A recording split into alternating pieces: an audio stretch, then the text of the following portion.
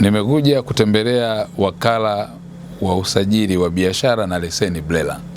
Nimeweza kuona maeneo kadhaa makubwa na ya msingi, hasa kwenye ofisi ya msajili, ambapo Mtanzania yoyote analeta jina la kampuni, lakini pia analeta na viambatanisho muhimu kama mojawapo ni Memorandum of Understanding na Articles of Association.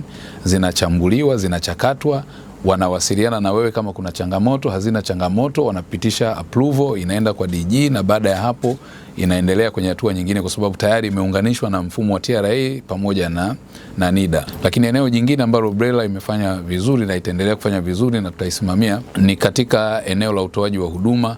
Kuna mfumo maalum na namba ya simu ambayo Mtanzania yoyote anaweza akapiga simu na akapata maelekezo, mwongozo au ushauri unaohusiana na masuala ya usajili wa kampuni au kupewa leseni ya biashara na changamoto nyingine zozote ambazo zinaendana na masuala hayo.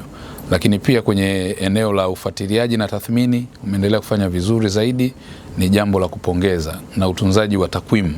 Kumbukumbu zipo katika mfumo wa seva ambazo ni kidijitali, lakini pia hata zile analog, mafaili ya zamani.